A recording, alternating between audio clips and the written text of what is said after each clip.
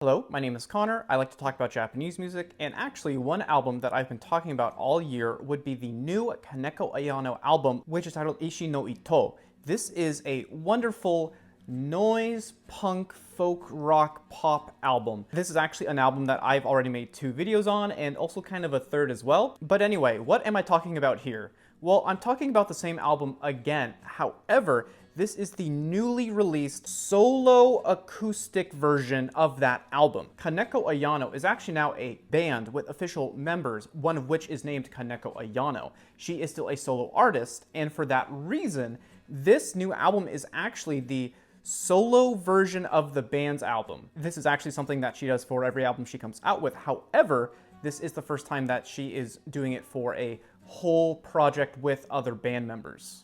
So this is not by the band Kanekoayano, this is by the solo artist Ayano Kaneko. Now, what is so special about this thing? This is just more of the same, just fantastic music that I loved on that original album. However, what is notable here is that she is singing in a somewhat higher register than she did on the original album, which is actually very interesting when you compare it to the live versions of these songs, because in those versions, she actually sings much deeper, like much deeper. With that said too, a lot of the songs have kind of undergone some changes, nothing too meaningful, though I think there are some standouts. Like for example, my favorite song on the original version of the album was titled Taiyo wo Mezashiteru, which means aiming for the sun. The version here is still wonderful, however, I really like the new version of the song Sunrise, which in Japanese would be Hinode. Ayano just sounds powerful here, and it's really like that for a lot of the other songs too. Now, I guess one thing that is somewhat of a misnomer is that